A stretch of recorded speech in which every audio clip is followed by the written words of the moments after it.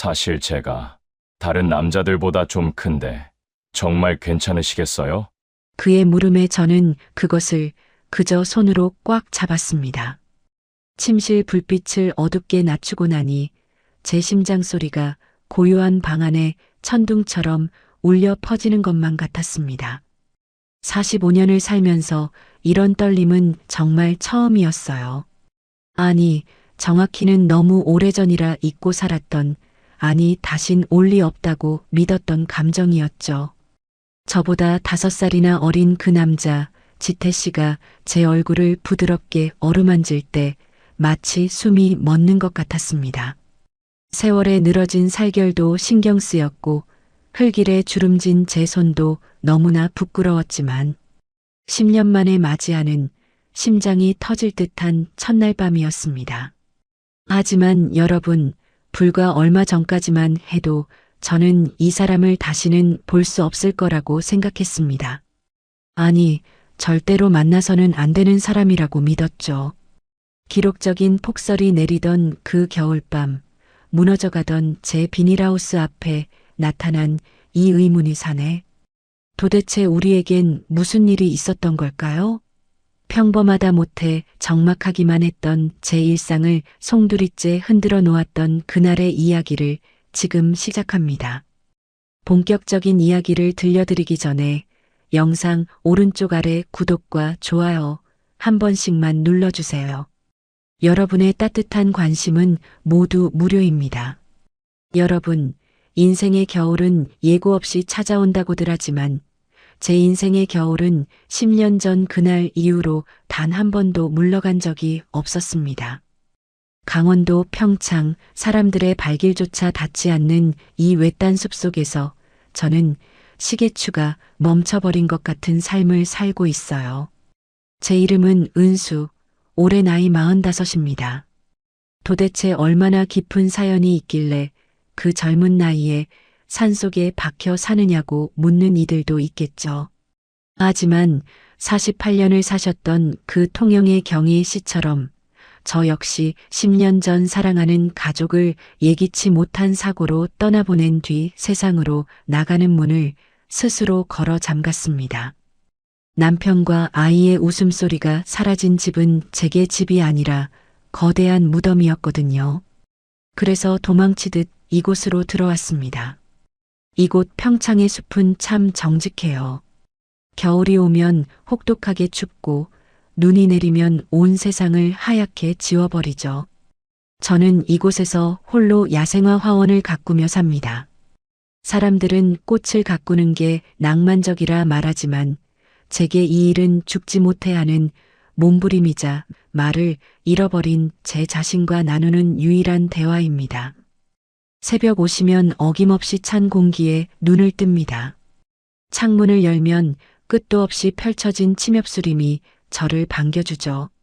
하지만 그 풍경이 아름답다고 느껴본 적은 오래전 일입니다. 그저 오늘도 살아있구나 하는 무거운 자각뿐이었죠. 아이고, 무릎이야. 찬물에 손을 담가 화초들을 돌보다 보면 뼈마디가 시려옵니다. 흘기를 하느라 투박해진 제 손을 가만히 내려다볼 때면 서글픔이 밀려와요. 한때는 누군가의 아내로, 엄마로 부드럽고 따뜻했던 손이었는데 이제는 거칠어진 굳은 살만이 제 외로움의 깊이를 증명해주고 있습니다. 낮에는 그나마 낫습니다. 꽃들을 돌보며 몸을 움직이다 보면 잡념이 사라지니까요. 하지만 해가 뉘엿뉘엿 지고 산 그림자가 화원을 덮치기 시작하면 지독한 적막이 저를 집어삼키려 듭니다. 텔레비전을 크게 켜놓아도 사람 목소리는 그저 허공을 맴돌 뿐 제 마음의 허기는 채워지지 않더군요. 혼자 차려 먹는 초라한 밥상, 그리고 사방이 꽉 막힌 듯한 고요함. 저는 매일 밤 이렇게 생각했습니다. 내 인생은 이 깊은 산속에서 이름 모를 들꽃처럼 시들어가다 끝나겠지. 그런 제 일상은 마치 물기 없는 마른 장작처럼 퍽퍽하고 건조했습니다. 그런데 여러분, 인생이란 게 참 묘하더라고요. 더 이상 아무 일도 일어나지 않을 것 같던 제 마른 삶에 기록적인 폭설과 함께 운명처럼 한 남자가 나타날 줄은 꿈에도 몰랐습니다. 그날 밤은 유난히도 하늘이 무겁더니 금방이라도 세상을 다 덮어버릴 듯한 눈송이가 쏟아지기 시작했습니다. 비닐하우스 지붕 위로 쌓이는 눈의 무게가 제 어깨를 짓누르는 절망처럼 느껴지던 바로 그 순간이었습니다. 제 인생의 낡은 울타리를 넘어 누군가 제게 말을 걸어온 것은요. 도대체 그 폭설 속에서 나타난 의문의 사내는 누구였을까요? 제 삶의 정막을 깨뜨린 그날 밤의 이야기를 이제 본격적으로 시작해 보려 합니다. 여러분, 그날 밤은 정말이지 세상의 종말이라도 온 것만 같았습니다. 평창의 겨울이야 워낙 매섭다지만 10년 만에 그런 폭설은 처음이었거든요. 하늘에 커다란 구멍이라도 뚫린 건지 손바닥만 한 눈송이들이 쉴 새 없이 쏟아지는데 금방이라도 온 세상을 집어삼킬 기세였습니다. 밤이 깊어질수록 바람은 더 흉포하게 울부짖었고 제가 애지중지 가꾸던 화원의 비닐하우스 지붕 위로 눈이 산처럼 쌓여갔습니다. 아이고, 이를 어째. 제발 좀 버텨줘. 저는 낡은 외투 하나 걸치고 밖으로 뛰어나갔습니다. 장화를 신은 발이 푹푹 빠지는데 눈이 이미 무릎까지 차올랐더라고요. 비닐하우스 안에는 제가 지난 가을부터 애지중지 키워온 야생화 어린 모종들이 가득했습니다. 저 아이들이 없으면 제 인생엔 정말 아무것도 남지 않는데 비닐하우스 골조가 눈의 무게를 이기지 못하고 찌익찌직 소리를 내며 비명을 지르기 시작했습니다. 저는 정신없이 긴 장대를 들고 지붕 위에 눈을 밀어내 보려 했습니다. 하지만 45세 여자의 가녀린 팔뚝으로 그 무거운 눈더미를 감당하기엔 역부족이었어요. 비바람에 섞인 눈발이 뺨을 사정없이 때리고 시린 손가락은 이미 감각이 없어진 지 오래였습니다.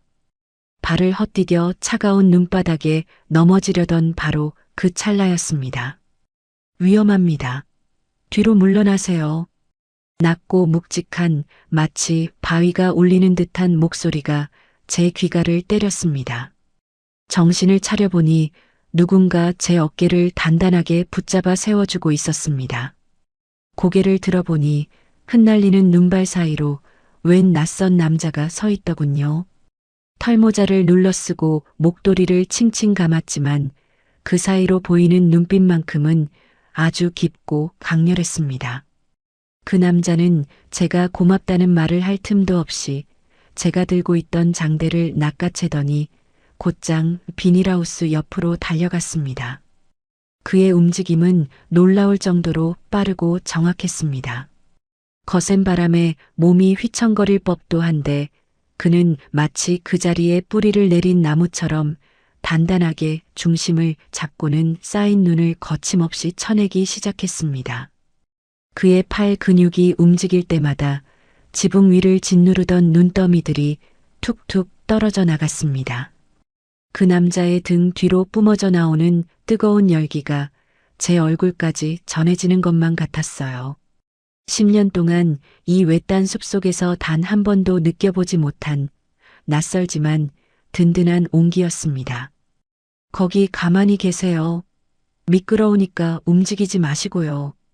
남자는 외치며 이번에는 어디서 가져왔는지 굵은 지지대들을 비닐하우스 안쪽으로 밀어넣고는 기둥을 보강하기 시작했습니다. 쾅쾅거리는 망치 소리가 폭설의 소음을 뚫고 제 심장 소리처럼 울려 퍼졌습니다. 비닐하우스가 무너지면 제 마음도 무너졌을 텐데 그 남자는 무너져가는 제 세상을 맨손으로 받쳐들고 있었습니다. 한참을 눈보라와 사투를 벌였을까요?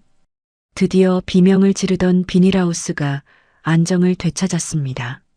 남자가 가쁜 숨을 몰아쉬며 제 쪽으로 걸어왔을 때 그는 이미 눈사람처럼 하얗게 변해 있었습니다. 이제 한숨 돌려도 되겠네요. 이 정도면 오늘 밤은 무사할 겁니다. 어디 다치신 데는 없으십니까? 남자가 다가와 묻는데 저는 저도 모르게 반걸음 뒤로 물러섰습니다. 10년 동안 남자와 이렇게 가까이 마주 본 게 처음이었거든요. 빗물인지 눈물인지 모를 것이 뺨을 타고 흘렀습니다. 아, 고맙습니다. 정말 큰일 날 뻔했는데. 누구신데 이 험한 밤에 여기까지 오셨나요? 제 질문에 그는 쑥스러운 듯 젖은 장갑을 툭툭 털며 대답하더군요. 지태라고 합니다. 근처 마을 빈터에서 잠시 머물고 있는데 산 밑에서 보니 이쪽 불빛이 위태로워 보여서 무작정 올라왔습니다. 지태, 그 이름이 제 입가에 맴돌았습니다. 인근에 머물던 의문의 사내라니 어쩐지 풍기는 기운이 예사롭지 않다 싶었죠. 빗물과 눈에 젖어 얼굴도 제대로 보이지 않았지만 그가 내뱉는 한마디 한마디에는 사람의 마음을 차분하게 만드는 힘이 있었습니다. 폭설은 그칠 기미가 보이지 않았고 산 아래로 내려가는 길은 이미 끊긴 상태였습니다. 저는 차마 이 은인을 이 눈보라 속으로 그냥 돌보낼 수 없었습니다. 지태 씨, 지금은 길도 안 보이고 너무 위험해요. 우선 저희 집 창고라도, 아니, 잠시 안으로 들어와서 몸 좀 녹이고 가세요. 따뜻한 차라도 한 잔 대접하지 않으면 제 마음이 너무 불편할 것 같아서요. 망설이던 지태 씨는 이내 고개를 끄덕이며 저를 따라 안으로 들어왔습니다. 10년 동안 정막만 가득했던 제 작은 산장에 낯선 남자의 묵직한 발소리가 울려 퍼지는 순간이었습니다. 현관문을 닫자 밖의 소음은 차단되었고 오직 두 사람의 거친 숨소리만이 좁은 거실을 채웠습니다. 하지만 저는 그때까지만 해도 몰랐습니다. 이 우연한 만남이 제 얼어붙은 인생을 어떻게 녹여버릴지 말이죠. 지태 씨는 몸을 좀 추스르더니 다음 날 아침부터 제가 미처 생각지도 못한 일들을 하기 시작했습니다. 여러분, 간밤의 폭설이 지나간 아침은 온 세상이 하얀 침묵에 잠겨 있었습니다. 제 거실 소파에서 겉옷만 벗은 채 불편하게 밤을 지새운 그 남자, 지태 씨는 해가 뜨기도 전에 벌써 밖으로 나가 있더라고요. 따뜻한 국이라도 한 그릇 대접하려던 참에 밖에서 들려오는 규칙적인 소리에 저도 모르게 창밖을 내다봤습니다. 뚝딱, 뚝딱, 슥, 슥. 세상에, 어젯밤 그 난리통에도 기운이 남았던 걸까요? 지태 씨는 어디서 구했는지 제 창고 구석에 처박혀 있던 낡은 연장들을 꺼내 들고는 지난 여름 태풍에 부서져 흉물스럽게 방치됐던 목재 울타리를 손보고 있었습니다. 무거운 통나무를 어깨에 척 걸치고 옮기는 그 남자의 뒷모습을 보는데 왠지 모르게 코끝이 찡해졌습니다. 10년 동안 저 혼자 낑낑대며 고쳐보려다 포기하고 눈 감아버렸던 그 부서진 삶의 흔적들이 그 남자의 손길 아래서 제자리를 찾아가고 있었으니까요. 제가 털에투를 걸치고 밖으로 나가자 그는 이마에 맺힌 땀을 닦으며 희미하게 웃어 보였습니다. 일어나셨습니까? 여기 울타리가 오래돼서 밑동이 다 썩었더라고요. 눈이 더 쌓이기 전에 손 좀 봐두는 게 좋을 것 같아서요. 그의 목소리는 아침의 맑은 공기를 닮아 아주 담백했습니다. 저는 미안한 마음에 손사래를 쳤죠. 아이고, 지태 씨. 어젯밤 일만으로도 충분한데 이게 무슨 고생이에요.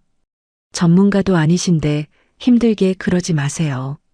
제 말에 그는 낡은 대패를 만지작거리며 쑥스러운 듯 대답했습니다. 사실 떠돌며 조각하는 사람입니다. 나무 만지는 게 제 직업이라 이런 건 일도 아닙니다. 그냥 이 근처 숲이 좋아서 머물다 보니 사장님 화원까지 오게 됐네요. 떠돌이 조각가. 어쩐지 그 거친 손마디에 밴 깊은 흉터와 나무 향기가 예사롭지 않다 싶었습니다. 그는 자신을 지태라고 짧게 소개하며 발길 닿는 대로 산을 타며 나무를 깎고 조각하며 사는 사람이라고 했어요. 어딘가 한 곳에 정착하지 못하고 떠도는 그 남자의 처지가 가족을 잃고 마음 둘 곳 없어 이 숲속으로 숨어든 제 처지와 닮아 보여 묘한 동질감이 느껴졌습니다. 그날부터 지태 씨의 화원 고치기가 시작됐습니다. 그는 제가 말하기도 전에 제 집의 구석구석 아픈 곳들을 귀신같이 찾아냈습니다. 바닷바람보다 매서운 평창의 산바람에 삐걱거리던 창고 문부터 손을 보더군요. 녹슨 경첩을 떼어내고 기름칠을 새로 하고 뒤틀린 나무 판자를 대패로 밀어내는데 그 소리가 마치 제 마음의 묵은 때를 벗겨내는 소리 같았습니다. 이 문이 제대로 닫혀야 겨울바람이 안 들죠. 그동안 밤마다 춥지 않으셨어요? 무심한 듯 툭 내뱉는 그 한마디에 저는 아무 대답도 못하고 가만히 서 있었습니다. 사실 추웠거든요. 몸도 추웠지만 밤마다 문틈으로 새어드는 바람소리가 마치 누가 저를 부르는 소리 같아 무서웠던 적이 한두 번이 아니었습니다. 그런데 이 남자는 말 한마디 없이 그 문을 단단하게 고쳐주고 있었습니다. 지태 씨가 화원에 머무는 동안 10년 동안 멈춰있던 제 시간이 다시 흐르기 시작했습니다. 그가 내는 망치 소리, 톱질 소리가 적막하기만 했던 숲속을 활기로 채웠고 부서진 목재 울타리가 하나둘씩 반듯하게 서는 걸 보며 제 무너진 자존감도 조금씩 고개를 드는 것 같았습니다. 여러분, 사실 그렇잖아요.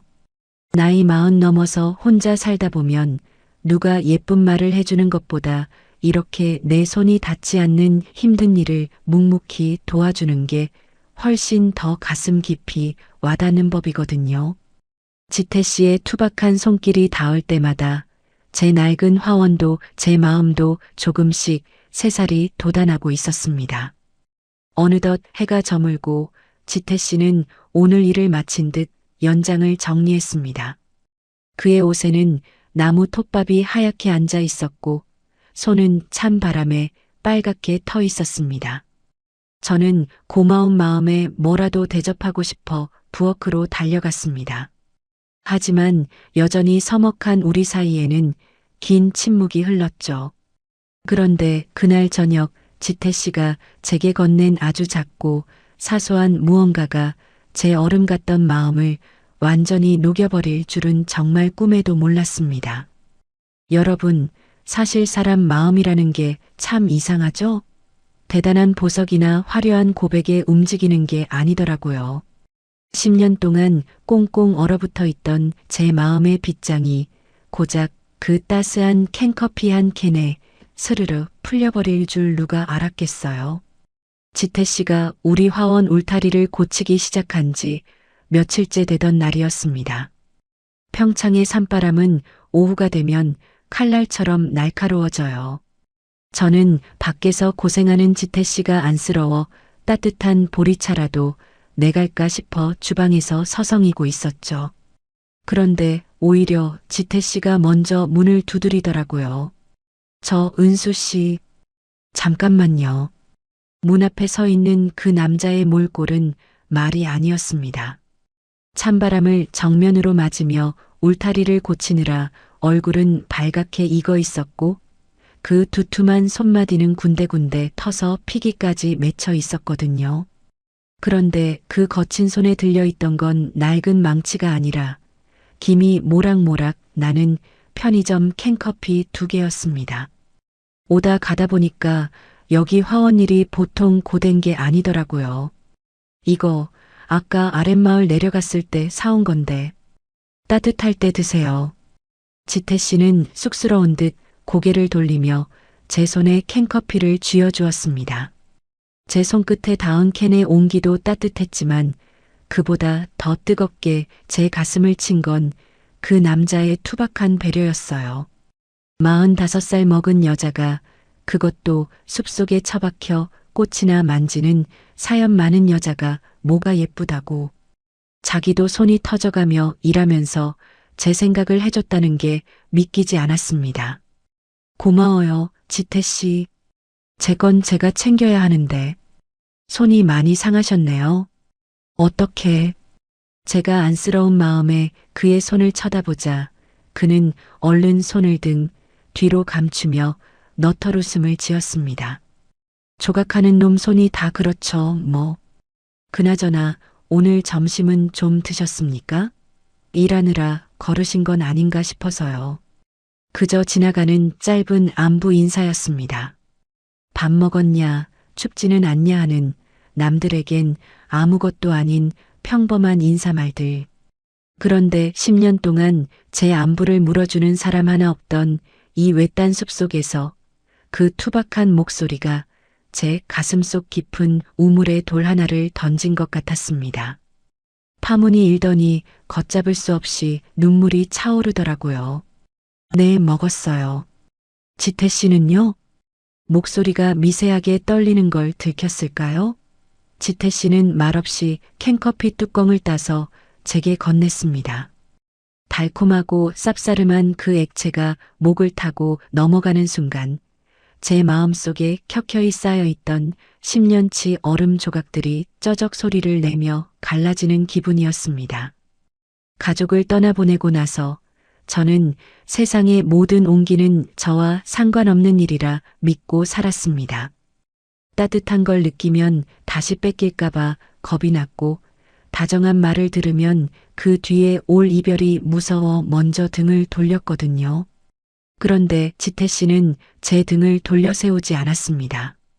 그저 옆에서 묵묵히 제 화원을 고쳐주고 제 끼니를 걱정하며 따뜻한 캔커피 한 캔을 툭 던져줄 뿐이었죠.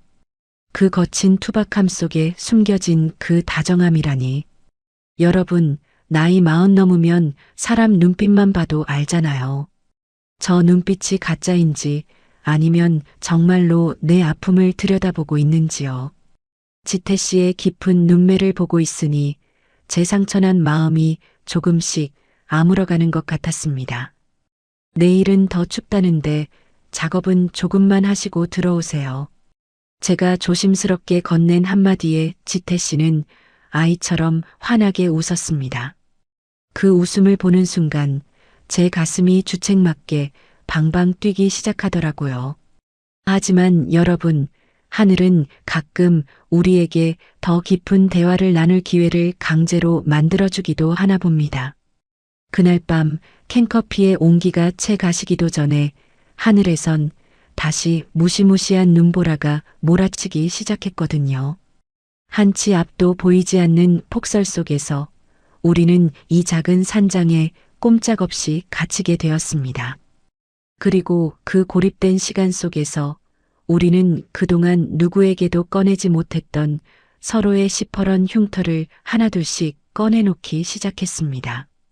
여러분, 인생이라는 게 참 얄궂으면서도 신기하죠. 때로는 거센 비바람이 우리를 무너뜨리기도 하지만 어떤 때는 그 폭풍우가 사람과 사람 사이를 가장 가깝게 이어주는 끈이 되기도 하거든요. 그날 밤이 딱 그랬습니다. 캔커피의 온기가 채 가시기도 전에 하늘은 다시 노한 것처럼 미친 듯이 눈을 뿌려댔어요. 이제는 길도 나무도 화원도 형체조차 보이지 않는 완벽한 고립이었습니다. 산장 안은 타오르는 난로 소리만 들릴 뿐 적막이 가득했습니다. 지태 씨와 저는 작은 탁자를 사이에 두고 마주 앉았죠. 제가 내온 김이 모락모락 나는 생강차 잔을 만지작거리며 우리는 한동안 유리창을 때리는 눈보라 소리만 들었습니다. 밖은 지옥 같은 추위였지만 좁은 거실 안은 주황색 조명 아래 묘한 아늑함이 감돌았어요. 은수 씨, 사실 저는 사람이 무서워 이곳까지 흘러온 놈입니다. 침묵을 먼저 깬 건 지태 씨였습니다. 차잔을 감싸쥔 그의 큰 손이 미세하게 떨리고 있었죠. 그는 조심스럽게 자신의 이야기를 꺼내 놓았습니다. 한때는 서울에서 잘 나가는 조각가이자 작은 조형물 사업체를 운영하던 사장이었다고 해요. 하지만 믿었던 동업자의 배신과 무리한 투자 실패로 하루아침에 모든 걸 잃고 신용불량자 낙인까지 찍힌 채 거리로 나앉았답니다. 돈을 잃은 건 괜찮았습니다.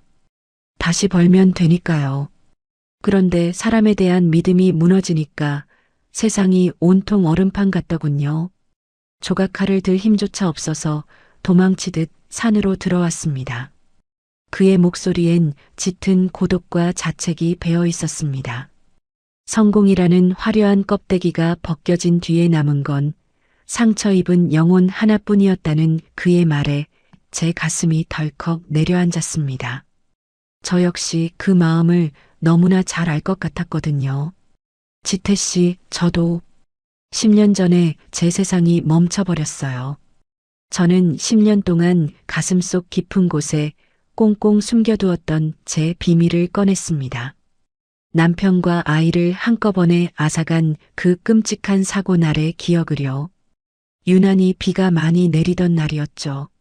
남편이 운전하던 차가 빗길에 미끄러졌고 저는 병원에서 눈을 떴을 때 세상에 저 혼자 남겨졌다는 사실을 알았습니다.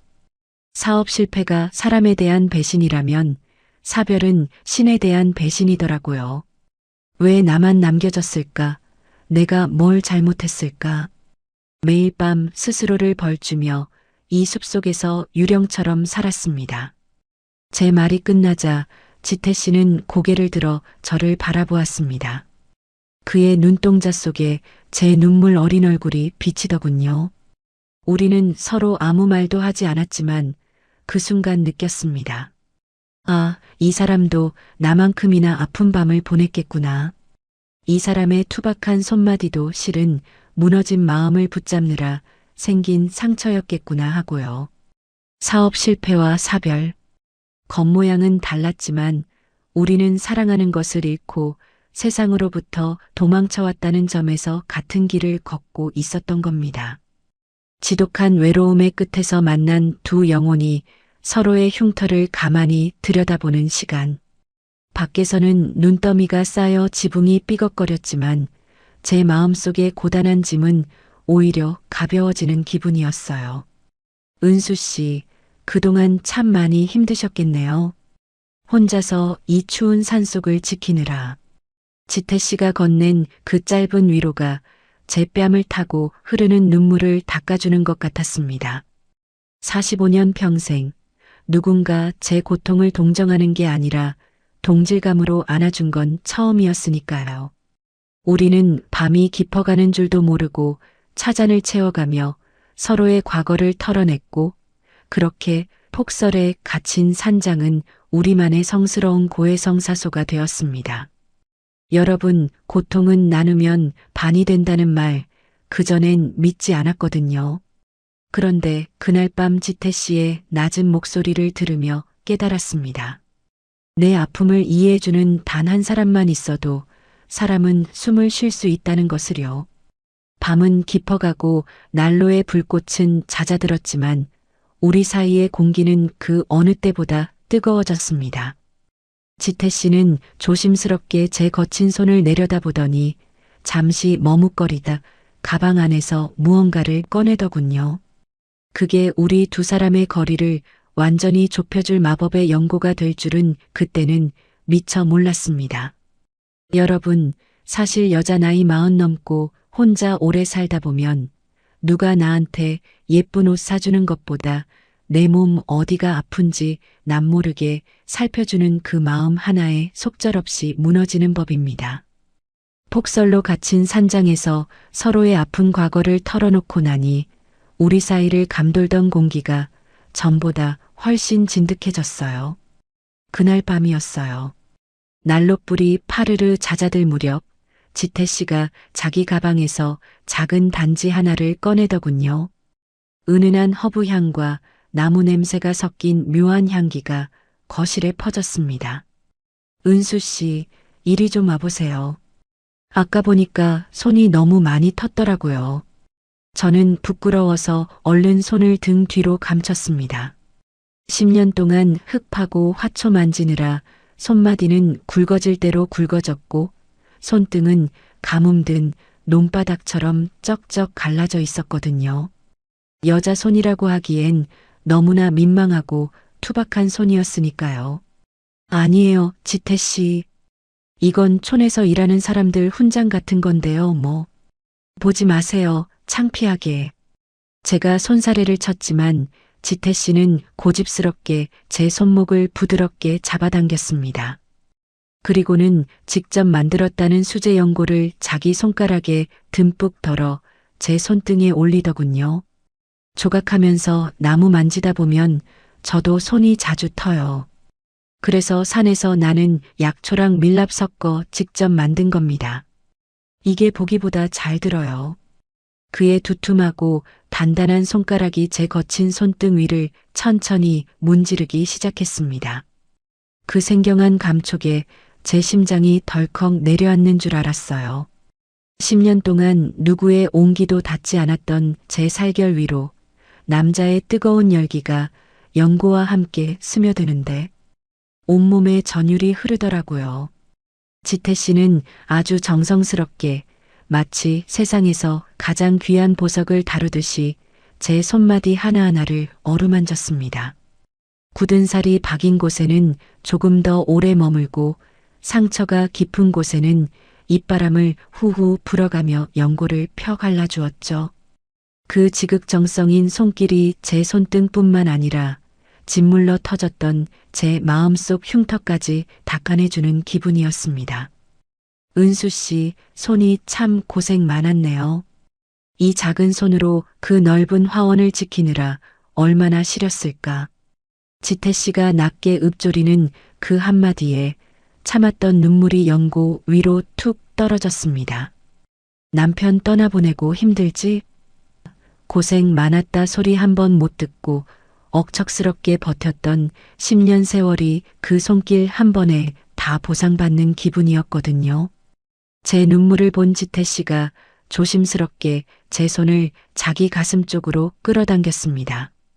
손바닥을 통해 전해지는 그의 심장 박동이 제 것만큼이나 빠르고 뜨겁게 요동치고 있었어요. 우리는 말없이 서로를 바라봤습니다. 타오르는 난로 조명 아래 마주본 그의 눈빛은 더 이상 의문의 사내가 아니었습니다.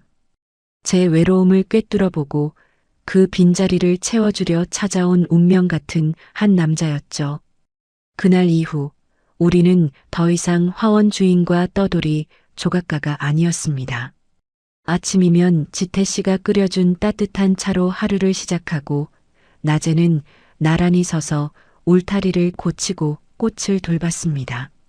장난스럽게 서로의 얼굴에 흙을 묻히기도 하고 힘들면 잠시 어깨를 빌려 쉬기도 하면서요. 누가 먼저랄 것도 없이 우리는 서서히 연인이 되어갔습니다. 화려한 데이트도 값비싼 선물도 없었지만 그가 매일 밤 제 손에 발라주는 연고의 온기만큼은 그 무엇보다 확실한 사랑의 장표였죠. 텅 비어있던 제 산장에 그의 묵직한 발소리가 음악처럼 울려 퍼지고 찬 공기만 감돌던 제 침대에 그의 따뜻한 체온이 더해지면서 저는 비로소 깨달았습니다. 아, 나도 다시 사랑받을 수 있는 여자였구나. 하고요. 폭설이 그치고 안개가 자욱하게 깔린 어느 새벽이었습니다. 지태 씨가 산책을 가자며 제 손을 꼭 잡더군요. 평소보다 더 진지한 그의 뒷모습을 따라 안개 속 숲길을 걸으며 저는 직감했습니다. 오늘 제 인생을 완전히 바꿔놓을 어떤 고백이 기다리고 있다는 것을요. 여러분 살면서 가장 잊지 못할 공기가 있다면 어떤 순간인가요? 저는 지태 씨와 함께 걸었던 그 새벽 숲길의 차갑고도 달콤했던 공기를 평생 잊지 못할 겁니다. 폭설이 잦아들고 온 산에 자욱한 안개가 내려앉은 어느 새벽이었어요. 마치 세상에 우리 두 사람만 남겨두고 하얀 커튼을 쳐버린 것 같은 그런 몽환적인 풍경이었죠. 지태 씨가 제 방문을 조심스럽게 두드리더니 은수 씨, 잠시 산책하실래요? 하며 제 손을 꼭 잡았습니다. 잠이 덜 깬 눈을 비비며 따라 나선 숲길은 평소와는 전혀 다른 세상 같았습니다. 나무들 사이로 안개가 파도처럼 일렁이고 발밑에 밟히는 눈소리만 정막을 깨울 뿐이었죠. 한참을 말없이 걷던 지태 씨가 멈춰 섰습니다. 안개 때문인지 아니면 긴장해서인지 그의 어깨가 미세하게 떨리고 있더라고요. 그는 제 손을 자기 가슴 쪽으로 끌어당기더니 평소의 그 묵직한 목소리와는 다르게 아주 가늘고 수줍은 목소리로 입을 뗐습니다. 은수 씨, 사실 이 숲에 올 때까지만 해도 제 인생에 봄이 다시 올 줄은 몰랐습니다. 그저 부서진 나무 조각들처럼 제 마음도 다 버려진 줄로만 알았거든요.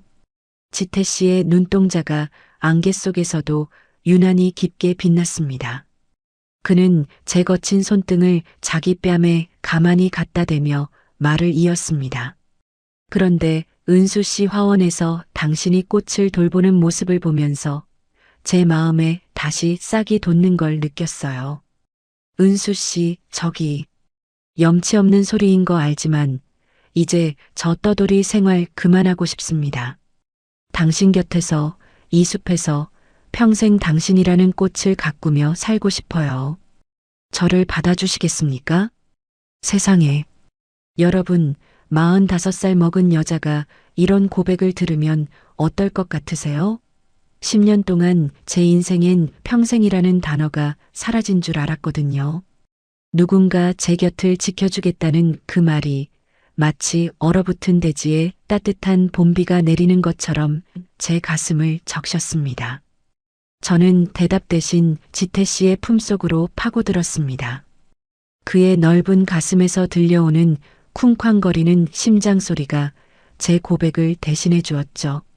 그날 이후 우리는 이 깊은 숲속에서 아주 비밀스럽고도 뜨거운 연애를 시작했습니다. 마을 사람들에겐 아직 말하지 않았어요.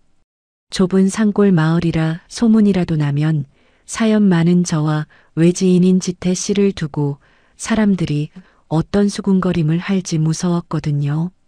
그래서 우리는 우리만의 비밀 낙원을 만들었습니다.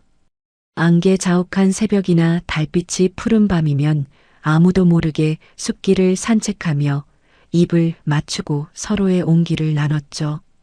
화원 한편에 지태 씨가 깎아준 작은 나무 의자에 앉아 있으면 지태 씨는 제 무릎을 베고 누워 나중에 우리가 가꿀 꽃들에 대해 이야기해주곤 했습니다.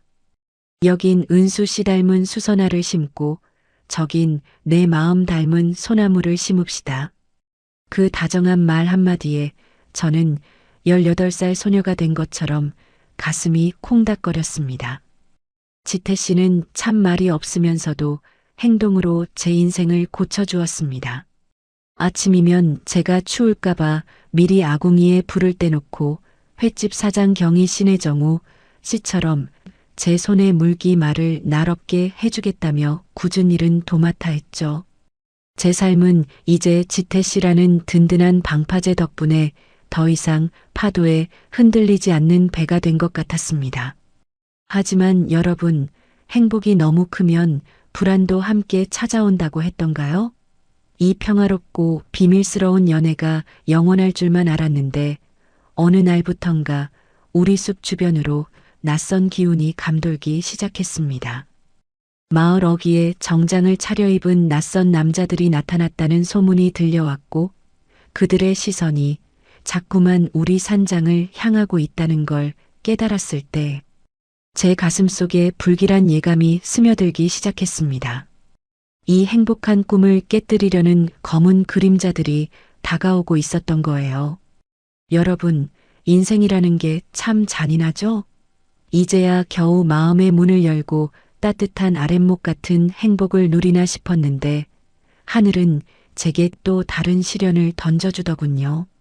지태 씨와 안개 속에서 영원을 약속하며 달콤한 꿈을 꾸던 그 평화로운 날들이 어느 날 갑자기 들이닥친 낯선 사내들에 의해 산산조각이 나버렸습니다. 그날은 유난히도 산새 소리가 불길하게 들리던 오후였어요. 화원에서 지태 씨가 고쳐준 울타리 너머로 지는 해를 바라보며 저녁을 준비하고 있었죠. 그런데 평소엔 우체부 아저씨 말고는 오지 않는 이 외딴 산장 앞에 번쩍거리는 검은색 세단 2대가 먼지를 일으키며 멈춰 서는 게 아니겠어요? 차문이 열리더니 딱 봐도 이 산골 마을과는 전혀 어울리지 않는 정장을 쫙 빼입은 사내 넷이 내렸습니다. 그들의 눈빛은 서늘했고 인매는 칼날처럼 날카로웠어요. 저는 본능적으로 가슴이 철렁 내려앉아 들고 있던 바구니를 떨어뜨릴 뻔했습니다. 그들은 주변을 살피지도 않고 다짜고짜 제게 다가와 험악한 목소리로 물었습니다. 여기에 유지태라는 놈 있지? 어디 숨었어? 누구신데 남의 집 마당에 함부로 들어오시는 거예요? 지태 씨는 지금 잠시 자리를 비웠는데요. 제 목소리가 파르르 떨리자 그중 우두머리처럼 보이는 사내가 비웃음을 흘리며 제 앞으로 성큼 다가왔습니다. 45년을 살면서 이런 위압감은 처음이었어요. 그 사내는 품 안에서 서류 뭉치 하나를 꺼내 제 눈앞에 들이밀더군요. 사장님, 이 사람 정체를 알고나 계시는 거야? 이놈 서울에서 아주 큰 건설업체 돈 수십억을 빼돌려서 도망친 횡령범이야. 우리 같은 사람들이 여기까지 직접 찾아왔을 땐 다 이유가 있는 거라고. 죄 지은 놈 숨겨주다간 사장님까지 공범으로 엮일 텐데 괜찮겠어? 횡령범이라니요. 수십억을 빼돌린 범죄자라니요. 제 귀에 들리는 그 말들이 마치 날카로운 송곳이 되어 제 심장을 찌르는 것 같았습니다. 10년 동안 얼어붙어 있던 제 마음을 녹여준 그 다정하고 투박한 손길이 실은 남의 피눈물 섞인 돈을 만지던 범죄자의 손이었다는 건가요? 아니에요. 그럴 리 없어요. 지태 씨는 그저 떠돌이 조각가일 뿐이에요. 사람을 잘못 보신 거라고요. 제가 악을 쓰며 소리를 질렀지만 사내들은 눈 하나 깜짝하지 않았습니다. 오히려 화원 구석구석을 제 집 안방처럼 뒤지며 지태 씨의 흔적을 찾기 시작했죠. 지태 씨가 정성껏 고쳐놓은 울타리를 군화발로 걷어차고 그가 저를 위해 깎아준 나무 의자를 내팽개치는 모습을 보는데 제 영혼이 찢겨나가는 기분이었습니다. 그때였습니다. 멀리서 나무를 해오던 지태 씨가 나타난 거예요. 지태 씨는 검은 차들과 사내들을 보자마자 안색이 창백하게 질려 굳어버렸습니다. 평소 그 든든하던 어깨가 그 순간만큼은 너무나 작고 초라해 보였어요. 사내들이 지태 씨를 향해 달려들었고 거친 욕설과 몸싸움이 오갔습니다. 유지태, 내가 여기까지 와서 숨어 있으면 모를 줄 알았어? 당장 장부 내놔. 지태 씨는 저를 한번 애처롭게 바라보더니 아무런 변명도 하지 않은 채 그들에게 끌려가다시피 하며 산 아래로 내려갔습니다. 저는 다리가 풀려 마당에 주저앉아 그 뒷모습을 바라볼 수밖에 없었습니다.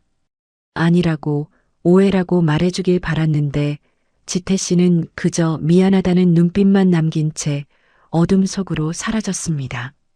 여러분, 믿었던 사람에게 배신당한다는 게 이런 기분일까요?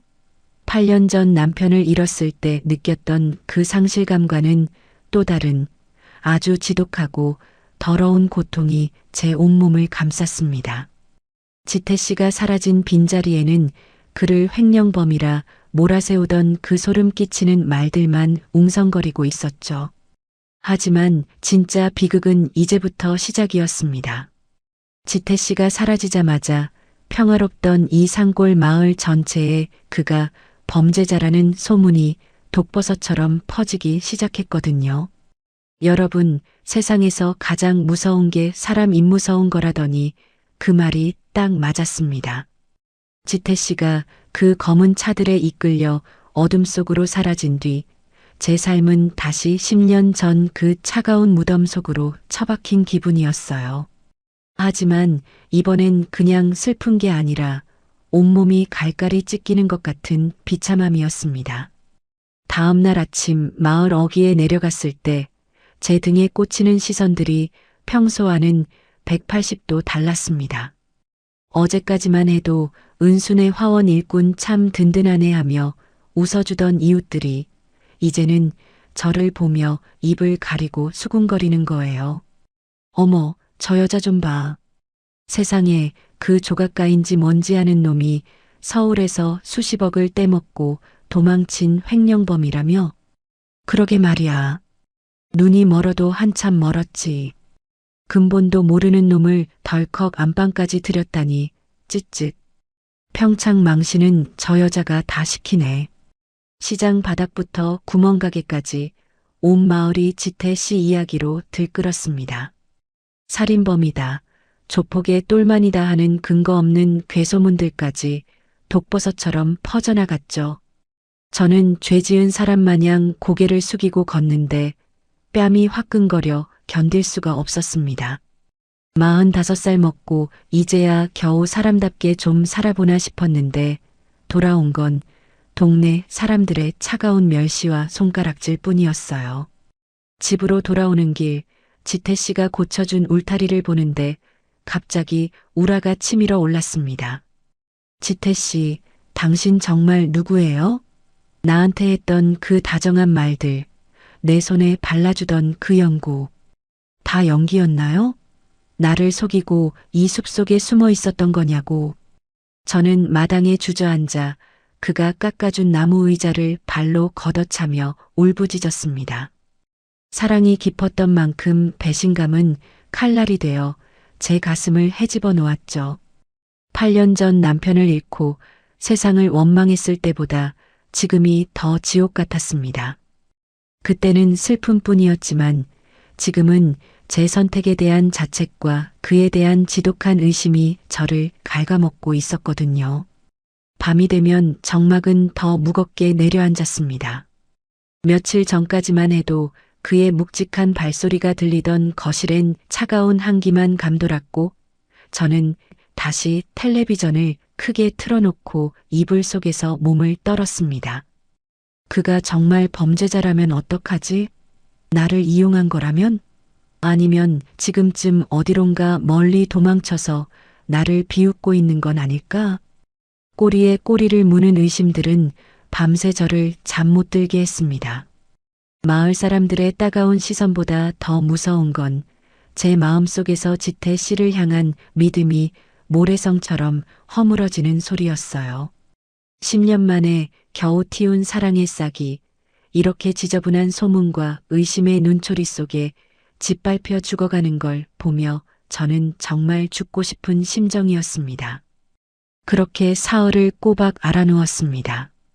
밥 한 술 넘기지 못하고 물만 들이켜며 천장만 보고 누워 있는데 문득 그런 생각이 들더라고요. 정말 그게 다일까? 그 눈빛이, 그 투박한 손길이 정말 다 거짓이었을까? 가만히 생각해 보니 지태 씨가 머물던 화원 뒤편 작은 창고, 그가 조각을 하겠다며 꾸몄던 그 작업실이 떠올랐습니다.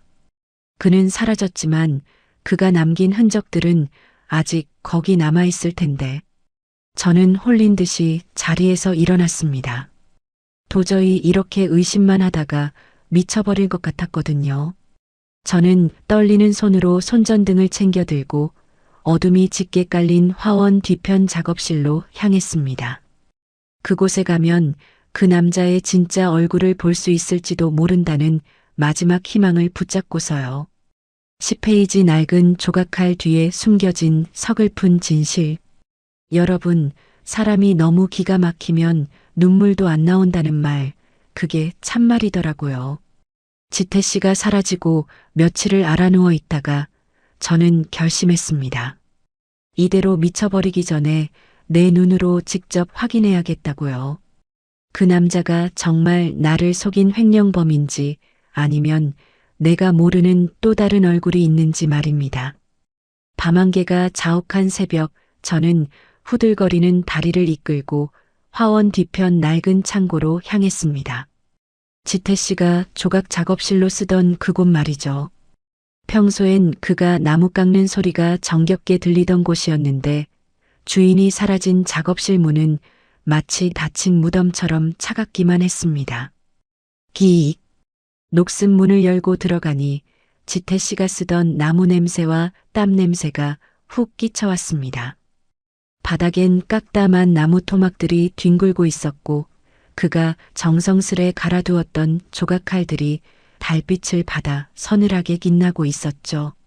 저는 떨리는 손으로 손전등을 비춰 작업실 구석구석을 훑었습니다.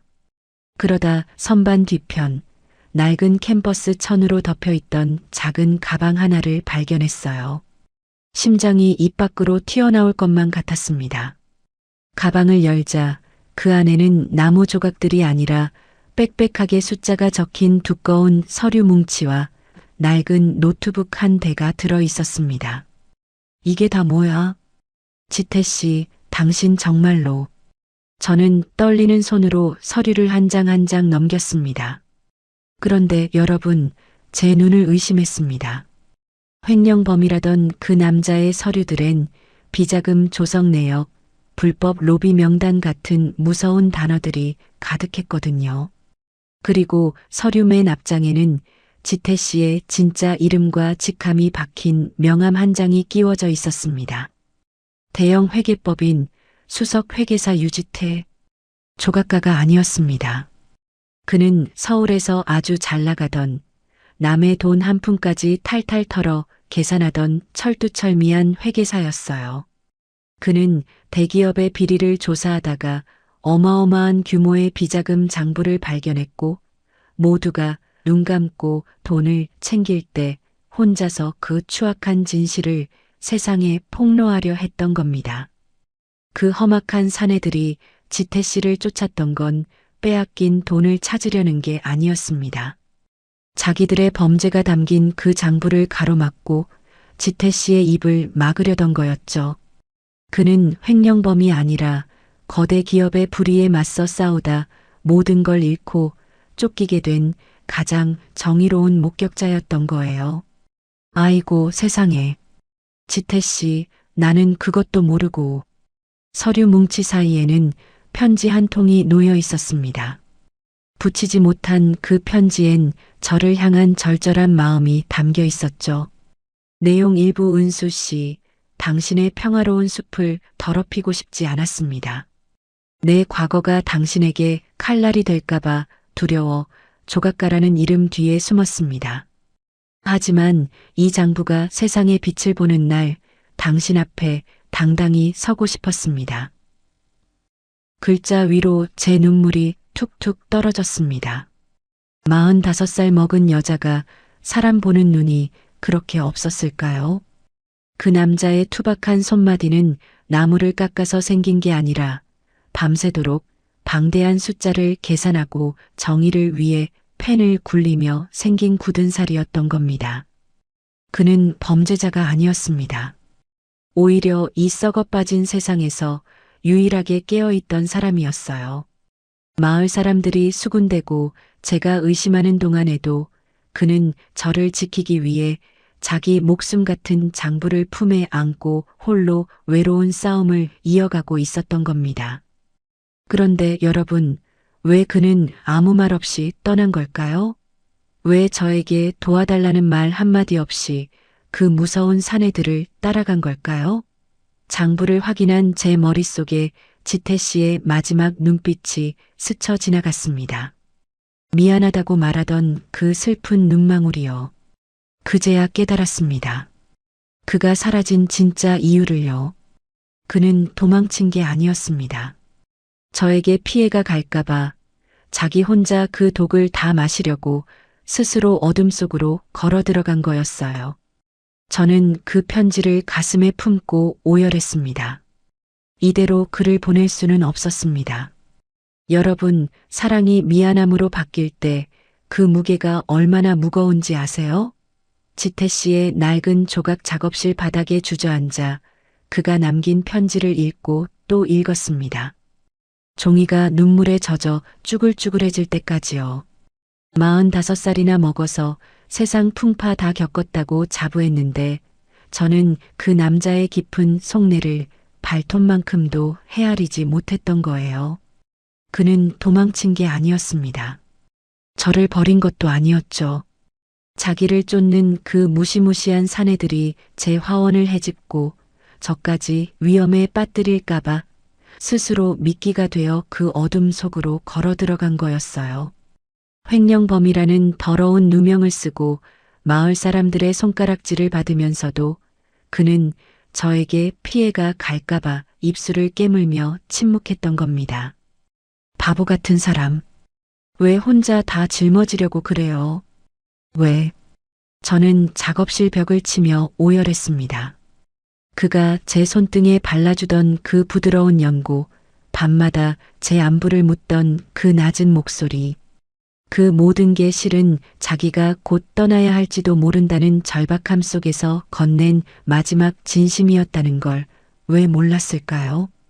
그는 이 장부를 들고 검찰에 자수하러 간 겁니다. 자기 인생이 어떻게 박살날지 뻔히 알면서도 오직 정의와 저의 안전을 위해 그 가시밭길을 택한 거죠. 저는 더 이상 망설일 수 없었습니다. 지태 씨가 연락을 끊고 홀로 외로운 싸움을 하러 떠났다면 저라도 그 곁을 지켜야 했습니다. 10년 전 가족을 잃었을 때는 아무것도 할 수 없어 그저 주저앉아 울기만 했지만 이번엔 달랐습니다. 제 인생에 다시 온기를 불어넣어준 그 남자를 이대로 차가운 세상에 내던져둘 순 없었거든요. 저는 젖은 얼굴을 닦아내고 집으로 뛰어들어갔습니다. 제일 두꺼운 외투를 걸치고 지태 씨가 남긴 그 소중한 장부와 노트북을 가슴팍에 꼭 품었습니다. 이 종이 쪼가리들이 지태 씨를 살릴 유일한 무기이자 우리 사랑을 증명할 마지막 열쇠였으니까요. 새벽 공기는 여전히 칼날처럼 날카로웠지만 제 가슴속은 뜨거운 불덩이가 들어앉은 것 같았습니다. 마을 버스도 다니지 않는 이른 시간, 저는 무작정 산길을 내려가기 시작했습니다. 눈이 무릎까지 쌓여 발을 뗄 때마다 숨이 턱턱 막혔지만 지태 씨가 그날 밤 저를 구하러 달려왔던 그 마음을 생각하니 하나도 힘들지 않더라고요. 기다려요, 지태 씨. 내가 갈게요. 당신 혼자 무섭게 두지 않을 거야. 길도 제대로 보이지 않는 어둠 속에서 저는 몇 번이고 넘어지고 깨졌습니다. 무릎이 까지고 손등에 피가 맺혔지만 예전에 지태 씨가 발라줬던 연고 덕분인지 신기하게 아픈 줄도 모르겠더군요. 평창의 매서운 바람이 제 뺨을 때려도 제 머릿속엔 오직 하나, 서울 어딘가에서 홀로 조사를 받고 있을 그 남자의 지친 얼굴뿐이었습니다. 마을 사람들의 그 따가운 시선요? 이제 그런 건 아무래도 좋았습니다. 그들이 지태 씨를 범죄자라고 부르든 저를 미친 여자라고 욕하든 상관없어요. 제가 아는 지태 씨는 세상에서 가장 곱고 따뜻한 사람이고 저는 그 사람의 진실을 세상에 알릴 유일한 증인이니까요. 겨우 산 밑 대로변으로 내려온 저는 지나가는 트럭을 세워 잡았습니다. 운전기사 아저씨가 제 몰골을 보고 깜짝 놀라며 물었죠. 아주머니, 이 새벽에 이 꼴로 어디를 그렇게 급하게 가세요? 저는 품 안에 든 가방을 더 세게 끌어안으며 대답했습니다. 사람 찾으러 가요. 제 인생을 구해준 사람인데 이제는 제가 구해야 할 차례거든요. 트럭은 희뿌연 안개를 뚫고 서울을 향해 달리기 시작했습니다. 차창 밖으로 멀어지는 제 화원을 보며 저는 다짐했습니다. 반드시 그 사람 손을 잡고 다시 이 숲으로 돌아오겠다고요. 하지만 서울이라는 그 거대한 정글 속에 숨어있는 지태 씨를 찾는 건 눈 덮인 산에서 바늘 하나를 찾는 것만큼이나 막막한 일이었습니다. 어디서부터 시작해야 할지, 그 무서운 사내들이 지태 씨를 가만히 뒀을지, 불안함이 파도처럼 밀려왔지만 저는 가방 속에 든 그의 편지를 만지며 마음을 다잡았습니다. 그리고 그 순간 지태 씨가 조각 작업실 구석에 남겨둔 또 하나의 단서가 제 뇌리를 스쳤습니다. 여러분, 세상사 참 알다가도 모르겠죠? 지옥 같던 며칠이 지나고 나니 거짓말처럼 하늘이 도우셨는지 정의가 살아있다는 걸 눈으로 확인하는 날이 오더라고요. 제가 그 무거운 장부 뭉치를 품에 안고 서울로 달려가 지태 씨의 변호인을 만났을 때 그분 눈이 휘둥그레지던 그 표정을 잊을 수가 없어요. 이게 바로 결정적인 증거입니다. 라며 주먹을 불끈 쥐시더군요. 결국 지태 씨가 목숨 걸고 지켜냈던 그 장부들이 세상 밖으로 터져 나왔습니다. 텔레비전 뉴스만 틀면 그 거대 기업 회장님들이 줄줄이 포토라인에 서고 지태 씨를 횡령범이라 몰아세우던 가무서운 사내들도 결국 은팔찌를 차게 됐죠. 지태 씨요? 당연히 누명을 벗었죠. 아니, 누명을 벗은 정도가 아니라 온 국민이 박수치는 의로운 회계사가 되어 돌아왔습니다. 지태 씨가 무죄로 풀려나 평창으로 돌아오던 날 우리 마을 분위기가 어땠는지 아세요? 정말 가관도 아니었습니다. 며칠 전까지만 해도 저를 보며 범죄자랑 눈 맞은 여자라며 침을 뱉던 사람들이 이제는 제 화원 앞에 줄을 섰더라고요. 아이고, 은수네. 우리가 오해해서 미안해. 세상에 지태 씨가 그렇게 대단한 사람인 줄 누가 알았겠어? 그러게 말이야. 나라를 구한 영웅이 우리 마을에 숨어 있었네. 은수 씨가 사람 보는 눈이 보배야, 보배. 구멍가게 아주머니는 귀한 씨암탉을 잡아오시고 이장님은 마을 입구에 정의로운 시민 유지태 귀한 환영이라는 현수막까지 내걸었습니다. 엊그제까지만 해도 따가운 시선에 숨도 크게 못 쉬던 제가 이제는 마을의 영웅 부인 대접을 받게 된 거죠. 사람 마음이라는 게 참 간사하다 싶으면서도 지태 씨의 명예가 회복된 게 너무 기뻐서 그저 허허 웃어넘겼습니다. 지태 씨가 마을 버스를 타고 고개 너머에서 모습을 드러냈을 때 저는 맨발로 뛰어나갔습니다. 며칠 사이에 살이 쏙 빠지고 얼굴은 초췌해졌지만 저를 보는 그 깊은 눈망울만큼은 여전히 따뜻하더라고요. 지태 씨는 몰려든 마을 사람들의 환호성에 쑥스러운 듯 고개를 숙이더니 사람들 틈을 비집고 나와 오직 저에게만 다가왔습니다. 은수 씨, 늦어서 미안합니다. 그리고 그 무서운 서류들 들고 서울까지 와줘서 정말 고마워요. 당신 아니었으면 전 지금쯤 지태 씨의 목소리가 젖어 있었습니다. 저는 대답 대신 그의 거친 손을 꽉 잡았습니다. 이제는 숨길 필요도 도망칠 필요도 없는 우리 둘만의 당당한 손잡기였죠. 마을 사람들의 경외심 가득한 시선 속에서 우리는 다시 우리들의 보금자리인 화원으로 향했습니다. 그날 밤 지태 씨는 다시 조각칼을 들었습니다. 하지만 이번엔 도망자의 불안한 칼질이 아니었어요. 세상을 밝힌 회계사 유지태가 아니라 오직 저만을 위한 조각가 지태 씨로 돌아온 거였죠. 지태 씨는 제 화원에서 가장 아름다운 나무 토막 하나를 고르더니 밤새도록 무언가를 정성스럽게 깎기 시작했습니다. 은수 씨, 이제 우리 인생에 더 이상의 폭설은 없을 겁니다. 설령 눈이 내려도 제가 이 울타리보다 더 단단하게 당신을 지킬게요. 그의 약속은 텅 빈 산장의 음악처럼 울려 퍼졌습니다. 지태 씨의 손끝에서 탄생할 그 무언가가 10년 동안 멈춰있던 제 심장을 다시 뛰게 할 마지막 선물이 될 것 같은 예감이 들었습니다. 그리고 다음 날 아침 지태 씨가 제게 건넨 그것은 제 평생 단 한 번도 상상해 본 적 없는 눈부신 시작을 의미하고 있었습니다. 여러분, 세상에 영원한 겨울은 없다는 말이 정말이더라고요. 그 지독했던 폭설도 마음을 짓누르던 오해의 눈더미도 시간이 흐르니 거짓말처럼 녹아내렸습니다. 평창의 산자락에 졸졸거리는 실개천 소리가 들리기 시작하더니 어느덧 제 화원 마당에도 노란 복수초가 수줍게 고개를 내밀더군요. 그리고 그 봄바람을 타고 지태 씨가 진짜로 제 곁에 돌아왔습니다. 모든 조사를 마치고 그 무거운 회계사라는 직함과 의인이라는 화려한 수식어를 서울에 다 던져두고 말이죠. 커다란 배낭 하나 달랑 메고 화원 입구에 서서 씩 웃는 그 남자를 보는데 제 가슴 속에 남아있던 마지막 얼음 조각까지 사르르 녹아버리는 기분이었습니다. 은수 씨, 저 왔습니다. 이제 안 떠나도 되죠? 그의 목소리는 봄볕처럼 따스했습니다.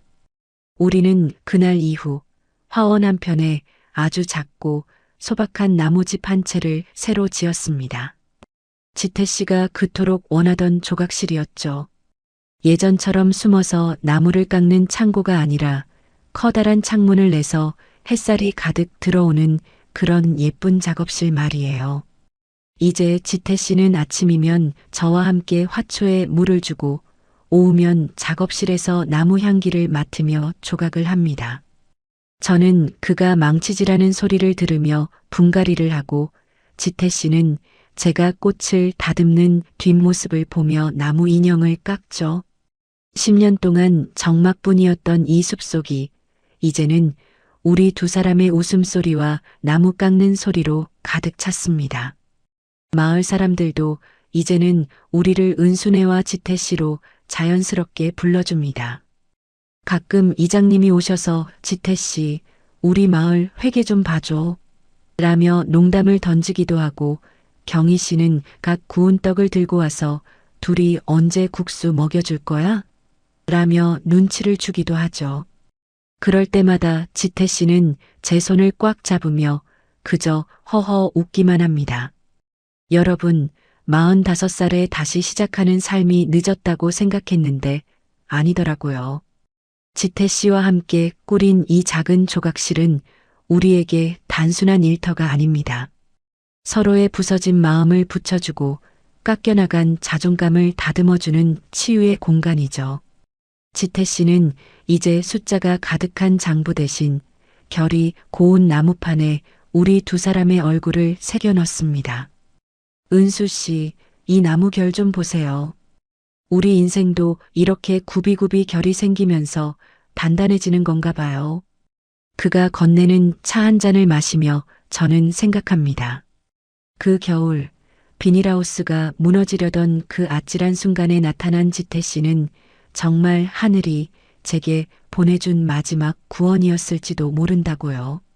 우리는 이제 서로의 그림자가 되어 이 화원의 꽃들이 피고 지는 것을 평생 함께 지켜보기로 약속했습니다.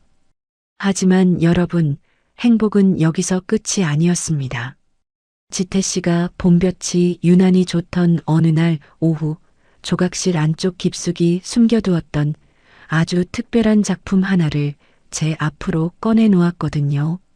그것은 단순한 조각상이 아니었습니다. 10년 전 제가 잃어버렸던 소중한 기억과 앞으로 우리가 함께 그려갈 눈부신 미래가 한데 어우러진 세상에서 단 하나뿐인 약속의 증표였죠. 지태 씨가 그 조각상 밑에 새겨둔 작은 문구를 본 순간 저는 다시 한번 뜨거운 눈물을 흘릴 수밖에 없었습니다. 여러분, 45살 넘게 살면서 보석이며 값비싼 선물, 그런 게 다 무슨 소용인가 싶을 때가 있더라고요.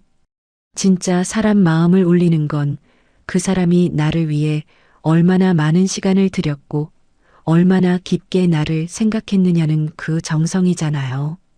지태 씨가 봄볕 따스한 어느 오후 제 손을 조용히 이끌고 화원 뒷마당으로 갔을 때 저는 예감했습니다.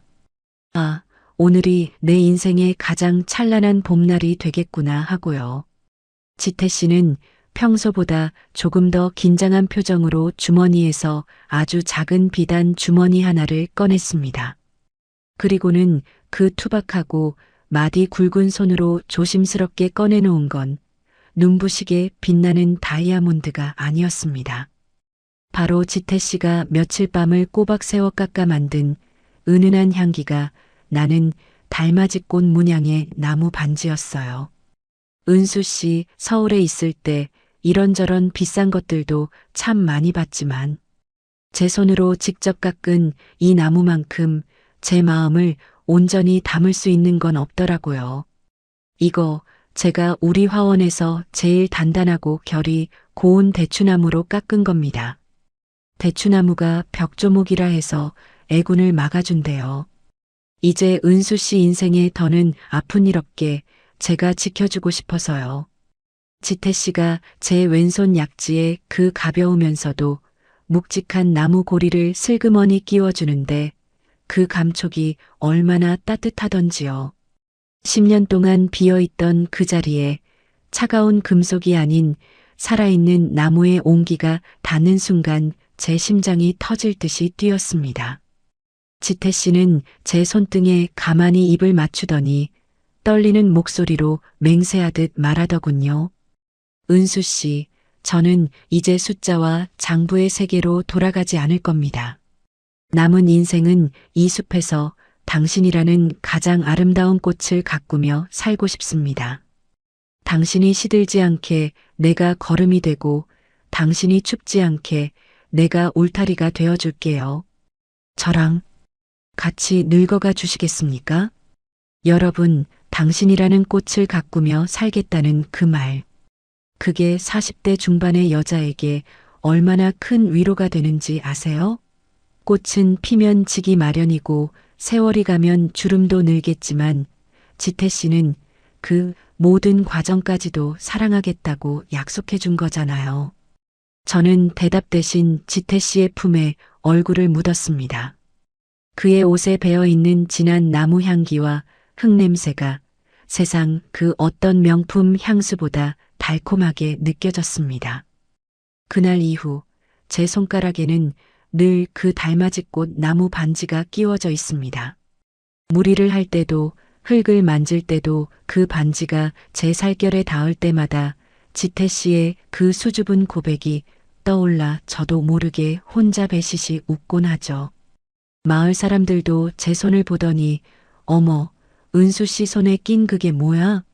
지태 씨가 만들어준 거야? 세상에 금반지보다 100배는 낫네. 하며 부러워들 하더라고요. 지태 씨는 약속대로 제 든든한 정원사가 되었습니다. 무거운 화분을 옮기는 일부터 고장난 수전 고치는 일까지 그는 늘 제 곁에서 그림자처럼 머물며 제 웃음을 지켜주었습니다. 우리는 이제 서로의 아픈 과거를 굳이 들추지 않아도 눈빛만으로 다 알 수 있는 세상에서 가장 깊은 뿌리를 내린 연인이 되었습니다. 하지만 여러분, 우리 두 사람만의 약속으로 끝내기엔 이 행복이 너무나 벅찼나 봅니다. 지태 씨는 우리가 정식으로 가족이 되었음을 온 동네에 알리고 싶어 했고, 저 역시 10년 만에 찾아온 이 축복을 세상 밖으로 꺼내놓고 싶어졌거든요. 화원 가득 수국이 흐드러지게 피기 시작하던 6월의 어느 날, 지태 씨와 저는 아주 특별한 잔치를 준비하기로 했습니다. 화려한 예식장은 아니지만 우리 두 사람의 역사가 담긴 이 화원에서 가장 소중한 사람들을 모시고 백년가약을 맺기로 한 것이죠. 그리고 그날 평창 산골짜기 작은 화원에는 10년 만에 가장 화사하고 따뜻한 꽃잔치가 벌어지려 하고 있었습니다. 여러분, 인생이라는 긴 터널을 지나오다 보면 과연 끝이 있을까? 싶을 때가 있죠. 저도 그랬거든요. 10년이라는 긴 세월을 이 평창의 외딴 숲속에서 외로움과 싸우며 제 인생은 이미 저물어가는 낙엽인 줄로만 알았습니다. 그런데 여러분, 신기하게도 인생은 가장 추운 겨울날 가장 따뜻한 인연을 선물해 주더라고요. 6월의 햇살이 화원 가득 쏟아지던 날, 저희는 소박한 잔치를 열었습니다. 화려한 예식장도 아니고 반짝이는 조명도 없었지만 지태 씨가 직접 깎아 만든 나무 아치 아래 수국이 흐드러지게 피어 있었죠. 마을 사람들은 저마다 정성껏 준비한 음식을 들고 찾아와 은수 씨, 지태 씨, 이제 진짜 행복하게 잘 살아. 라며 제 손을 꼭 잡아주셨습니다. 지태 씨는 그날따라 유난히 더 늠름해 보였습니다. 제 손을 잡은 그의 큰 손에선 여전히 기분 좋은 나무 향기가 났고 따뜻한 온기가 제 가슴속 깊은 곳까지 전해졌습니다. 우리는 서로의 눈을 바라보며 말없이 약속했습니다. 이제는 더 이상 혼자 울지 않겠다고, 비바람이 불면 같이 맞고 눈이 내리면 함께 치우며 그렇게 살아가겠노라고요. 사업 실패로 사람을 믿지 못했던 지태 씨와 사별의 아픔으로 세상을 등졌던 저. 우리 두 사람은 이제 평창의 푸른 숲을 배경으로 서로의 시퍼런 상처를 조심스레 어루만지며 살아갑니다. 지태 씨는 제 화원에서 가장 든든한 버팀목이 되었고, 저는 그의 조각실 창가에 매일 아침 싱싱한 꽃을 꽂아두는 일로 하루를 시작하죠. 가끔 안개가 자욱한 새벽이나 눈발이 날리는 겨울밤이 오면 우리는 그때 그 폭설의 밤을 떠올립니다. 그 무섭던 눈보라가 실은 우리를 묶어주기 위한 하늘의 장난이었다는 걸 이제는 알거든요. 45살, 누군가는 늦었다고 말할지 모르지만 저희에게는 지금이 가장 찬란한 두 번째 인생의 시작입니다. 여러분, 혹시 지금 너무 춥고 외로운 겨울을 지나고 계신가요? 내 인생에 봄이 다시 올까 의심하고 계신 건 아닌가요? 제 이야기를 듣고 조금이라도 위로가 되셨으면 좋겠습니다.